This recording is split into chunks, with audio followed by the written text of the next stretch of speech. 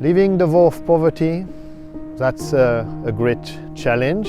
I'm not sure I fully understand what does it mean. I'm not sure I completely live this vow of poverty, but I'm committed to be faithful to it.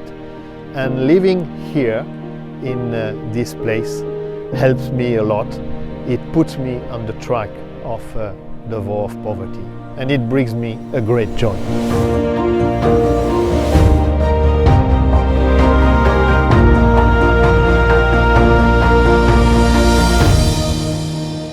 I'm Grégoire Cata. I joined the society 21 years ago. I was ordained a priest 11 years ago, and just a few months ago I pronounced my last vows.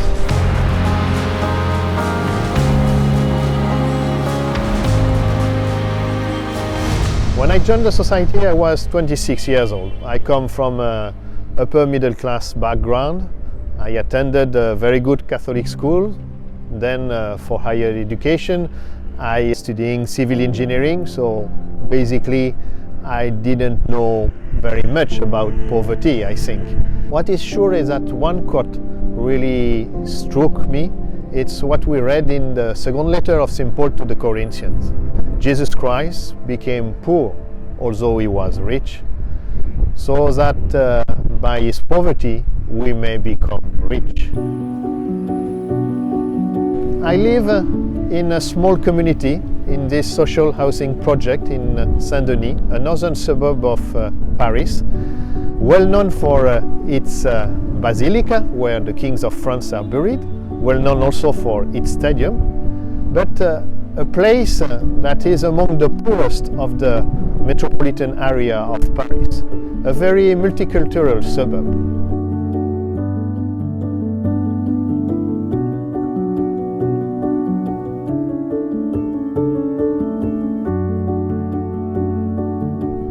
I live here, but every day I take the subway and I reach one of the most affluent neighborhoods of Paris in the center of the city. I work at the French Conference of Bishops, and I teach also theology in our School of Theology and Philosophy, Centre Sèvres in Paris. So there is a huge contrast from where I live and where I work. I just commute between two opposite worlds, at least concerning the housing.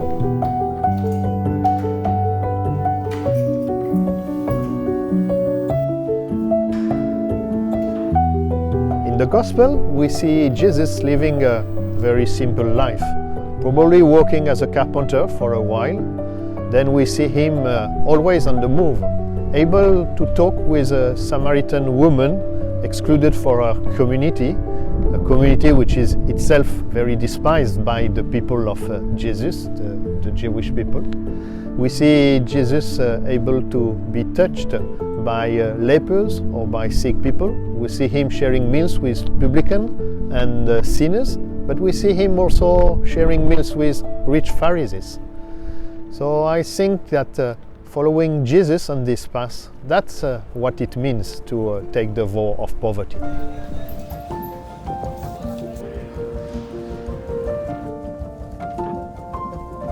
In our social housing project, we are in contact with the people who are living here. We share some of their difficulties. For example, like when you have to climb up the stairs for 14 floors because the lift is once again out of order. But we share also their joys, for example, during religious festivals. I try to learn from their stories. I am friend for some of them. I pray for them and with them. There are certainly many ways of living the vow of poverty. For the 8 of us in Saint-Denis, in this community, it takes the form of living a quite simple and very fraternal life. We take in charge, the reality of life. We do groceries, we do laundry, we do the cleaning of the apartment, of course. And also, we are very available to welcome people for meals. People who are living in the area, but also some of our friends who live in other parts of Paris or in places and who, of course, would have never come to a place like where we live if we were not there. So this way we try to, very modestly, try to build bridges between worlds that very often do not know each other.